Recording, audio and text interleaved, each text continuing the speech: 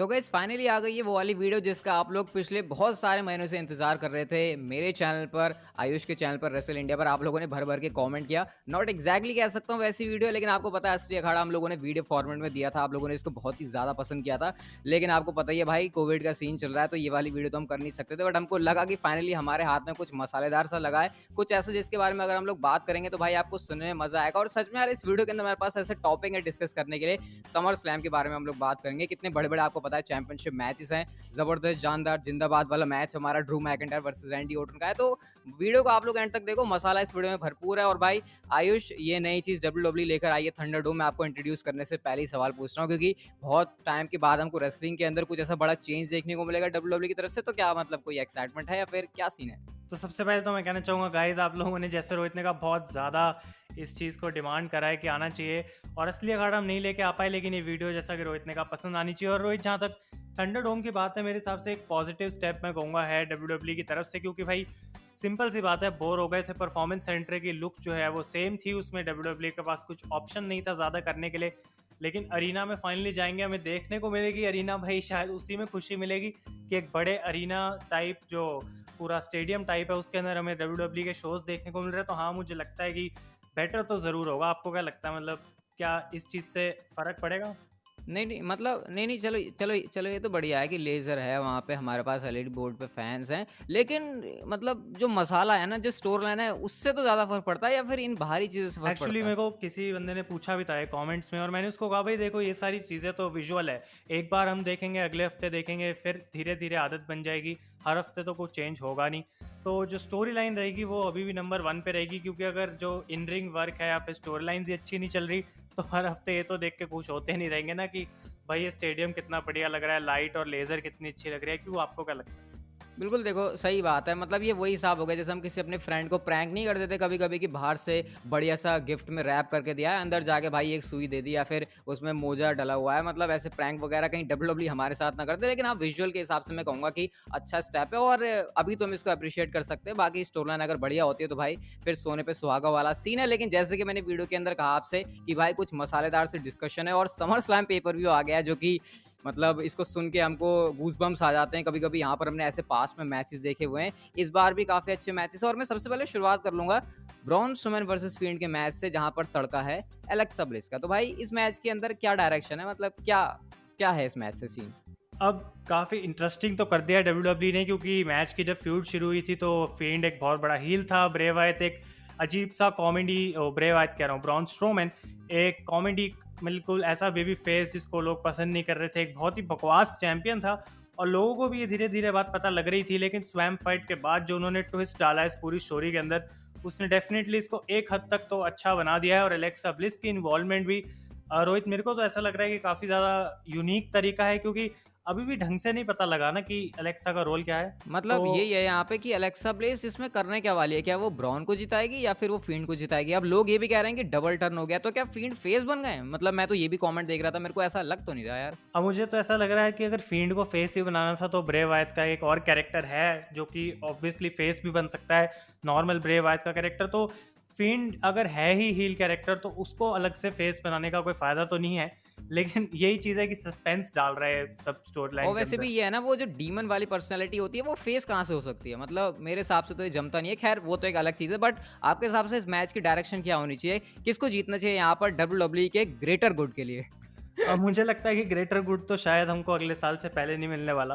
लेकिन summer slam की मैं बात करूं तो यूनिवर्सल चैंपियनशिप, ब्रॉन स्ट्रोमैन इस नई लुक के अंदर अच्छे बहुत लग रहे हैं, लेकिन फिर भी मुझे लगता है कि यहाँ पे ब्रे वायत को शायद नीड है यूनिवर्सल टाइटल जीतने की। और उसके बाद ब्रॉन स्ट्रोमैन को मूव ऑन करना पड़ेगा और शायद कोई नया सुपरस्टार आना चाहिए जिसको मौका मिलना चाहिए, जो कि फील्ड को शायद हरा सके, अच्छा, रोमन रेंज। यहाँ यहाँ रोमन रेंज की बात हो रही है क्या?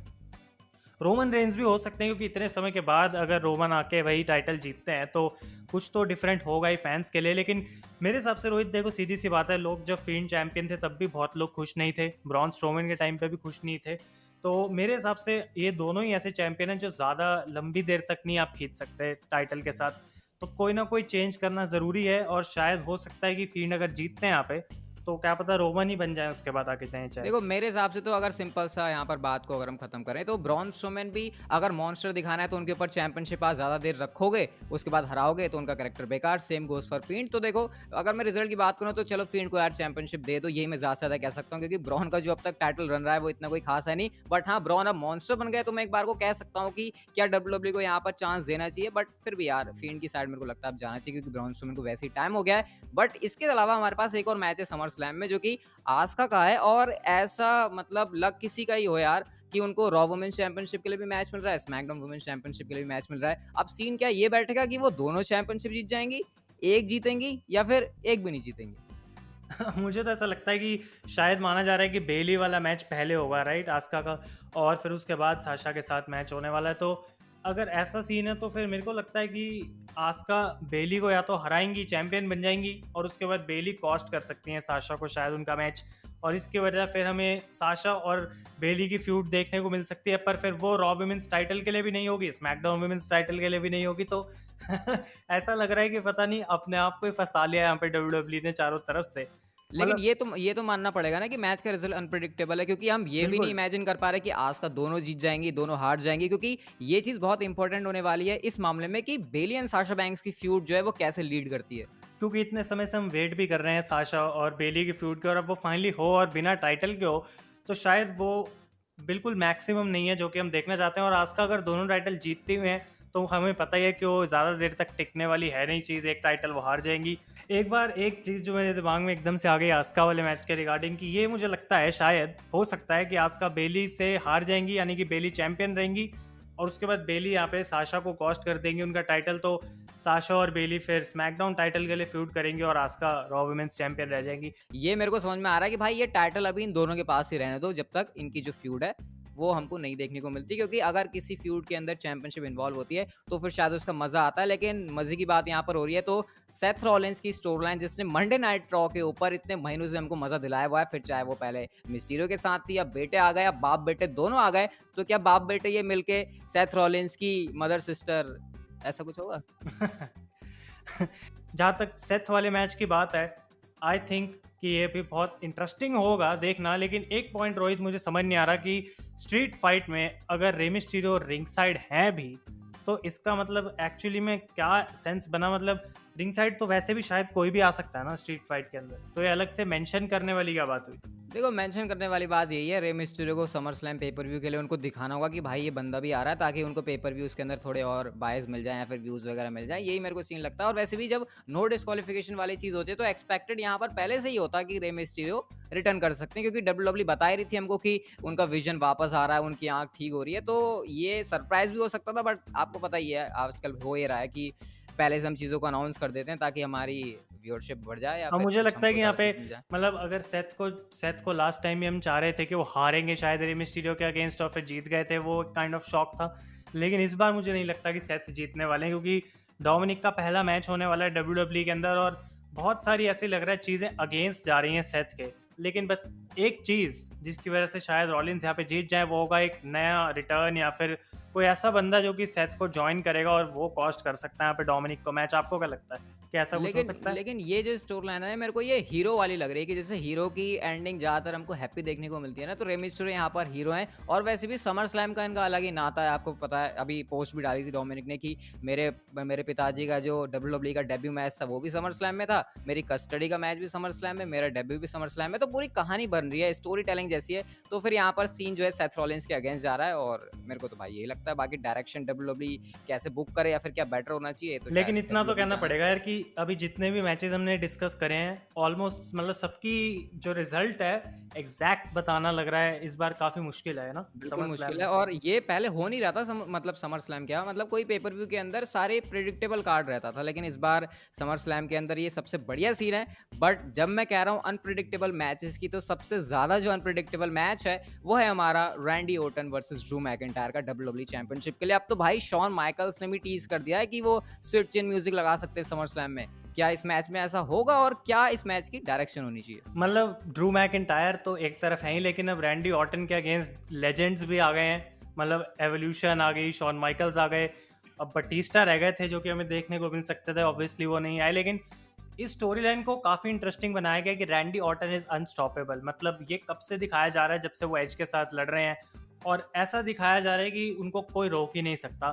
तो क्या ड्रू मैकिंटायर अकेले ऑर्टन को हराएंगे तो उनकी जो वैल्यू है वो एकदम से ऐसा नहीं लगेगा कि बिल्कुल मतलब इस बंदे को कैसे ऐसा दिखा सकते हैं, मतलब क्योंकि ये कुछ कुछ वैसी फीलिंग है जैसे हमको तब आई थी जब ड्रू मैकिंटायर रॉयल रंबल जीते, उसके बाद उन्होंने ब्रॉक लेसनर को हराया। मतलब तब तो वो सीढ़ी चढ़ते गए, लेकिन ये एक अलग ही मतलब लेवल बन जाएगा उनका। और ये ऐसा भी नहीं लगता कि ड्रू मैकिंटायर हारे या फिर रैंडी ऑर्टन हारे, दोनों को ही चोट लगेगी, बट ज्यादा किसको लगेगी चोट अगर और कोई मैं हारता है जब से इस मैच को प्रिडिक्ट कर रहा हूँ, मैं अभी भी अपनी प्रिडिक्शन नहीं चेंज करने वाला कि बेसिकली मुझे क्या लगता है यहाँ पे होना चाहिए कि ड्रू मैकिंटायर को मैच जीतना चाहिए। अब किस तरीके से वो मैं यहाँ पे एग्जैक्टली प्रिडिक्ट नहीं कर पा रहा हूँ, अभी भी नहीं सोच पा रहा हूँ, लेकिन मुझे लगता है कि समर स्लैम खत्म होने के बाद चैंपियन अभी भी मैकिंटायर को रहना चाहिए।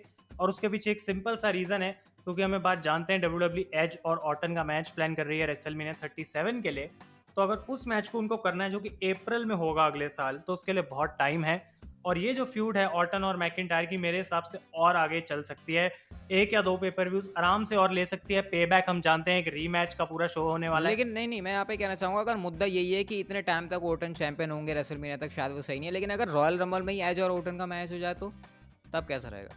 वो तो शायद अगर WWE को अभी से ही पता हो कि एज का शेड्यूल क्या रहने वाला है, तो फिर वो पॉसिबिलिटी हो सकती है। लेकिन तब भी अगर ड्रू मैकिंटायर अभी टाइटल हार जाते हैं, तो उसके बाद ऑर्टन और मैकिंटायर का फिर से मैच करा के, क्या आपको लगता है WWE एक बार फिर से यहाँ पे ड्रू मैकिंटायर को 2 बैक टू बैक मैचेस हरा सकती है ऑर्टन के अगेंस्ट? उनके कैरेक्टर को कैसे लॉस पहुंचेगा यहाँ पे? तो मतलब ये सही रहेगा कि समर स्लैम में अपने ड्रू मैकिंटायर जीत जाएं और पे बैक में फिर रैंडी ऑर्टन जीत जाएं। ये तो फिर आई थिंक काइंड ऑफ ऐसा कुछ हो सकता है कि ये जो रिक फ्लेयर और शॉन माइकल्स वाली चीज है, इस मैच में कोई स्टिपुलेशन है या फिर नहीं है, 1-on-1 है, राइट? ये तो हाँ, ऐसे ही मैच है नॉर्मल। तो अगर इसमें कोई स्टिपुलेशन नहीं अनाउंस करते तो डीक्यू भी नहीं हो सकता, तो यानी कि डीक्यू होगा भी।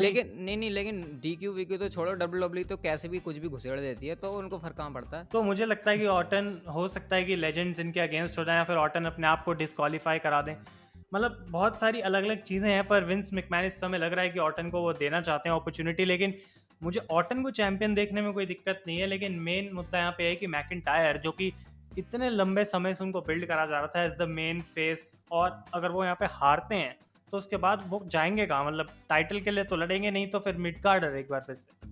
तो लेकिन ऐसे अगर हम रैंडी ऑर्टन की तरफ देखें तो उनका भी तो यही है, वो लेजेंड किलर है भाई। अगर वो ड्रू मैकिंटायर से हार गए तो लेजेंड्स को चित करने का क्या फायदा रह जाएगा? इसी वजह से मैं कह रहा हूँ कि ये मैच अगर खत्म होता है तो क्लीन ऑब्वियसली नहीं हो सकता। ऐसा नहीं है कि क्लेमोर लगाई और खत्म ऑर्टन। लेकिन फिर दिक्कत ये भी है, अगर फैंस को क्लीन मैचेस ना मिले तो फिर भी रोते हैं। पॉसिबिलिटीज ऐसा एक बार फिर से वही अनप्रिडिक्टेबल वाली जो पूरी चीज़ है वो वापस आती है घूम के। लेकिन रोहित पता नहीं क्यों, लेकिन बहुत सारे लोग डिसएग्री करेंगे, मैं तो ये कहूंगा कि मैकिंटायर को जीतना चाहिए। मतलब according to you McIntyre, but मैं सही बता रहा हूँ यार, ये मैं ऐसा बिल्कुल नहीं कह रहा कि मैं रैंडी ऑर्टन का फैन हूँ इसलिए बोल रहा हूँ। मैं सही बता रहा हूँ, मेरे को ये लगता है कि ड्रू मैकिंटायर और रैंडी ऑर्टन में से कोई हारता है तो ज़्यादा हर्ट होंगे रैंडी ऑर्टन, जिस तरह से उनका स्टेटस था। मैं ये नहीं कह रहा कि ड्रू मैकिंटायर को कोई फर्क नहीं पड़ेगा, लेकिन जो हमारे रैंडी ऑर्टन है वो सालों से WWE के अंदर बड़ा नाम है, तो अगर वो उनसे हार भी जाते हैं, हाँ मैं ये कह सकता हूँ कि हील टैक्टिक्स यूज करके रैंडी ऑर्टन जीत जाएं तो शायद मामला थोड़ा बराबर बैठ सकता है ड्रू मैकिंटायर के लिए। बट मैं भाई यहाँ पर डायरेक्शन रैंडी ऑर्टन के लिए जाऊंगा, आपके बिल्कुल against। और एक और चीज़ जो हमने शायद प्रॉब्ली शुरू में डिस्कस नहीं की, फाइनल छोटा सा है कि Rohit, virtual fans WWE fans को वापस ला रही है, बड़े बड़े LED बोर्ड लगा रही है। तो क्या इससे मतलब अभी भी क्राउड तो है ही और एक्चुअल रियल पीपल है, क्या उनके अलावा फैंस मतलब क्या है वो मतलब क्या अधूरा अधूरा सा ही बोलूंगा यार मैं इसको। मतलब मैं बोल भी रहा हूँ ना तो मेरे मुंह से शब्द नहीं निकल पा रहे हैं, क्योंकि इतनी आधी अधूरी सी फीलिंग है। LED बोर्ड्स पर आएंगे, वो चिल्लाएंगे भी, मतलब ये चलो ठीक है, कुछ ना होने से तो मैं बोलूंगा यही बढ़िया है। मतलब शो पे ध्यान देंगे या फैंस पे ध्यान देंगे, कुछ समझ नहीं आ रहा। लेकिन हाँ, इतना जरूर है कि एक वेबसाइट बना दी, उसमें हम साइन अप करके खुद भी उसका पार्ट बन सकते हैं। तो अच्छा, मैं ये सोच रहा हूँ माइकल कोल क्या अनाउंस करेंगे कि आज कैपेसिटी में कितने लोग बैठे हैं। आज आए हैं 25 लोग मंडे नाइट रॉ में ऑल ओवर द वर्ल्ड। लेकिन ये भी काइंड ऑफ एक हिस्ट्री बनेगी कि एक ही समय पे अलग अलग कंट्रीज से लोग जुड़ेंगे अगर ऐसा होता है तो मतलब क्या हमारे पास इंडियन फैंस या फिर पाकिस्तान, नेपाल, ये सब हम बांग्लादेश जो देखते हैं, हमारे पास क्या मौका है बिना फ्लाइट किए हुए एरिना में घुसने का? और यहाँ से कैमरा लगा के फिर भी रॉ टीवी पे ही देखेंगे हम, कितना मजा आएगा ना लाइव। इस बार की जो मतलब समर स्लैम है अनप्रिडिक्टेबल है, अच्छी हो, उम्मीद करते हैं ऐसा ना हो पेपर व्यू के बाद आके सारा जो है गुस्सा यहीं पे निकले वीडियो ऊपर ही। और फिर पेपर व्यू अच्छा ना नहीं, हो। नहीं यार, इस बार ऐसी तो नहीं है। मेरी तो उम्मीद है कि समर स्लैम बढ़िया होगा और आई होप आपको हमारा जो डिस्कशन है वो भी पसंद आया होगा। हमने काफ़ी अच्छे-अच्छे टॉपिक्स को इसमें छेड़ा। आई होप आपको समर स्लैम से पहले थोड़ी और ज़्यादा हाइप बन गई होगी इस वीडियो को देख के। बाकी इससे पहले कि मैं वीडियो खत्म करूँ, मैं चाहूँगा आयुष अगर आपके है दिमाग में कुछ तो बोलो? तो मैं इतना ही कहूँगा गाइस कि देखो, हर हफ्ते टॉपिक ढूंढना बहुत मुश्किल है और मेरे हिसाब से बढ़िया भी नहीं लगता कि हम हर हफ्ते आके ऐसी कोई वीडियो बनाएं। आप लोगों के लिए बहुत बोरिंग हो जाएगा। लेकिन तब भी मैं कहूँगा आइडियाज़ आप कमेंट्स में डाल सकते हैं। अगर आपको लगता है कि हम कुछ यूनिक कर सकते हैं, डिफरेंट कर सकते हैं, आपके हम कमेंट्स पढ़ेंगे और देखेंगे। और ऑब्वियसली हमें पता है कि आप लोगों का कंटेंट पसंद आता है, तो हम डेफिनेटली आपके लिए और भी लेकर आएंगे ज़रूर। तो गाइस बस आज का हमारा यही एपिसोड था और मिलते हैं देखो अगली किसी वीडियो में। अगर हमको कुछ अच्छा सा टॉपिक मिलता है, ये एक्सपेक्ट मत करना कि हम वीकली लेकर आएंगे, जैसा आयुष ने बता ही दिया। कुछ अच्छा सा होगा तो हम बात करेंगे, हो सकता है समर स्लैम के बाद। बट फिलहाल ये जो वीडियो थी वो हमारी यहीं तक की थी। अगर आपको अच्छी लगी तो लाइक कर दो। बाकी डिस्क्रिप्शन में आयुष के चैनल का भी आप उसे भी चेकआउट कर सकते हो, काफ़ी बड़े वीडियो बना रहा है। और चैनल को आप सब्सक्राइब करके नोटिफिकेशन बेल ऑन कर दो ताकि आपको जो है हमारे चैनल पर ऐसी इंटरेस्टिंग वीडियोज़ देखने को मिलती रहे। So see you guys in my next video.